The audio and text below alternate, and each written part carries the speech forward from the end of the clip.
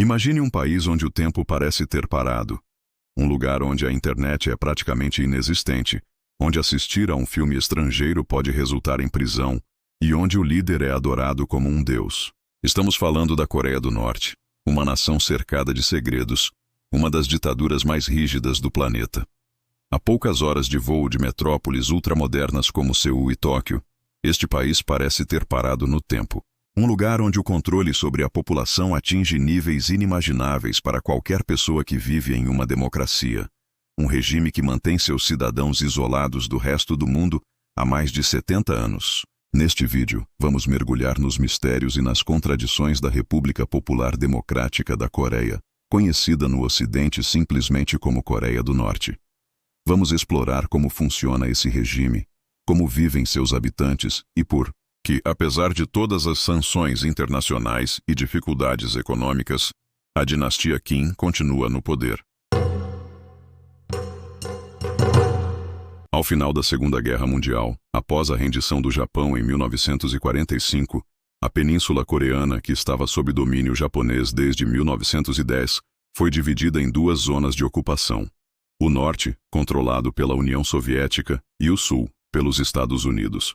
O que deveria ser uma divisão temporária acabou se tornando permanente com o início da Guerra Fria. Em 1948, foram estabelecidos dois governos separados, a República da Coreia ao sul e a República Popular Democrática da Coreia ao norte. Kim Il-sung, um guerrilheiro que havia lutado contra os japoneses, foi escolhido pelos soviéticos para liderar o norte. Com apoio militar e econômico da URSS e da China, Kim Il-sung consolidou seu poder e estabeleceu um regime comunista altamente centralizado. A tensão entre as duas Coreias culminou na Guerra da Coreia, 1950-1953, quando tropas norte-coreanas invadiram o sul, dando início a um conflito sangrento que matou milhões de pessoas. Após 3 anos de combates, um armistício foi assinado, estabelecendo uma zona desmilitarizada na fronteira. Tecnicamente, as duas Coreias ainda estão em guerra, já que nunca foi assinado um tratado de paz formal. Após o conflito, Kim Il-sung implementou o que chamou de política Juche, autossuficiência, isolando gradualmente o país do resto do mundo. Ele estabeleceu um culto à personalidade sem precedentes, tornando-se o grande líder e presidente eterno. Quando morreu em 1994, seu filho Kim Jong-il assumiu o poder, dando início à primeira sucessão dinástica em um regime comunista. Kim Jong-il, conhecido como o querido líder, continuou e intensificou as políticas de seu pai. Durante seu governo, a Coreia do Norte enfrentou uma terrível fome nos anos 1990, conhecida como Marcha Árdua, que matou centenas de milhares, possivelmente milhões de norte-coreanos. Mesmo assim, o regime priorizou o desenvolvimento militar e nuclear em detrimento do bem-estar da população. Em 2011, após a morte de Kim Jong-il, seu filho Kim Jong-un, com apenas cerca de 27 anos, tornou-se o novo líder supremo, consolidando a terceira geração da dinastia Kim. Desde então, ele tem alternado entre demonstrações de força militar, incluindo testes nucleares e de mísseis, e aberturas diplomáticas ocasionais, como as cúpulas históricas com o presidente sul-coreano Moon Jae-in e o presidente americano Donald Trump, em 2018 e 2019. O regime norte-coreano mantém um dos sistemas de controle social mais rígidos do mundo. Praticamente todos os aspectos da vida dos cidadãos são regulados pelo Estado. Onde vivem, onde trabalham, como se vestem e até como se divertem. A internet global é inacessível para quase todos. No lugar dela, existe uma intranet nacional chamada Kwangmyong, Luz Brilhante, com sites aprovados pelo governo. Apenas uma elite tem acesso limitado à internet mundial, sempre sob vigilância. Para a maioria, o mundo digital simplesmente não existe. A mídia é 100% estatal. Existem apenas 3 canais de TV, todos dedicados à propaganda, documentários sobre os líderes e algumas produções culturais aprovadas. Os rádios são vendidos com sintonização fixa para estações oficiais e modificá-los é ilegal. Jornais como o Rodong Sinmun funcionam como porta-vozes do Partido dos Trabalhadores. Notícias internacionais são distorcidas. Muitos norte-coreanos acreditam que vivem em uma potência mundial invejada, enquanto o resto do mundo sofre com pobreza. Imagens de miséria em países ocidentais são usadas como prova da falência do capitalismo. O isolamento é tão profundo que até viajar dentro do país requer permissão. Mudanças de cidade são controladas e sair do país é praticamente impossível. Tentar fugir é traição, com punições que vão de execuções a campos de trabalho forçado. A repressão atinge também os familiares dos fugitivos. Até 3 gerações podem ser punidas sob o princípio da culpa por associação. Até a aparência pessoal é controlada. Existem cortes de cabelo aprovados pelo governo. Cerca de 28 para mulheres e 15 para homens. Embora haja dúvidas sobre a rigidez da aplicação, desertores relatam que estilos ocidentais ou burgueses são desencorajados ou proibidos. Jeans, por exemplo, foram restritos por muito tempo, embora haja certa flexibilização recente. Pyongyang foi projetada como vitrine do regime norte-coreano, exibindo uma imagem de modernidade, prosperidade e imponência. No entanto, essa aparência esconde uma realidade controlada e artificial. A cidade é reservada à elite leal ao governo.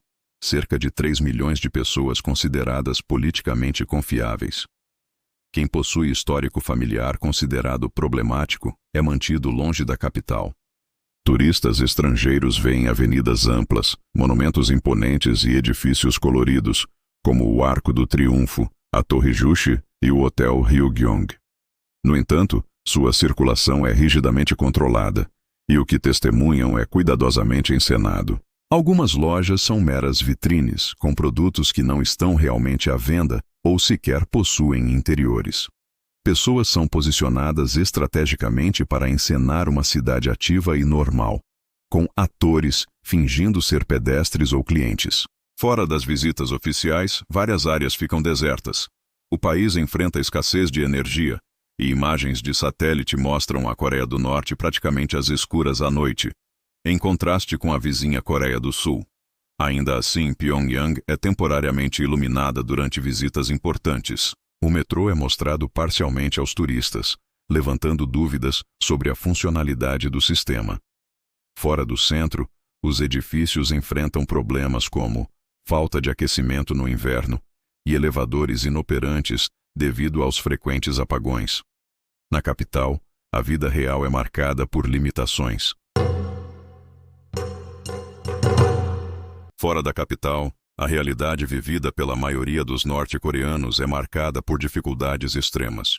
Desde o colapso da União Soviética nos anos 1990, a Coreia do Norte sofre com escassez crônica de alimentos, agravada por desastres naturais que levaram à devastadora marcha árdua, resultando na morte de centenas de milhares, ou até milhões, segundo algumas estimativas. Apesar de alguma melhora desde então, cerca de 40% da população ainda está subnutrida, segundo a ONU. Crianças sofrem com desnutrição crônica, resultando em altos índices de nanismo. O sistema estatal de distribuição de alimentos é precário e insuficiente, o que força a população a recorrer aos jangmadang, mercados semilegais com produtos muitas vezes contrabandeados da China. Mesmo diante dessas condições, a propaganda estatal retrata o país como próspero e autossuficiente. Nas escolas, as crianças são doutrinadas com uma visão distorcida da realidade, aprendendo que vivem em um paraíso socialista, enquanto os EUA e a Coreia do Sul são descritos como decadentes. O sistema educacional gira em torno do culto aos líderes Kim, com salas exclusivas para estudo de suas obras e biografias. Desde cedo, os cidadãos aprendem que tudo de bom em suas vidas vem da benevolência dos líderes, enquanto qualquer dificuldade é atribuída a inimigos externos. Outro pilar do controle é o sistema Songbun, que classifica os cidadãos com base na lealdade política de suas famílias, dividido em 3 grandes grupos: leal, vacilante e hostil. O Songbun determina onde a pessoa pode morar, estudar, trabalhar, com quem casar e até quanto alimento receber. Essa classificação é hereditária, condenando gerações inteiras à exclusão social. Pessoas com baixo Songbun são relegadas a áreas remotas, onde trabalham em minas ou fazendas em condições extremamente duras, sem possibilidade de ascensão social, o oposto do ideal igualitário pregado pela propaganda do regime.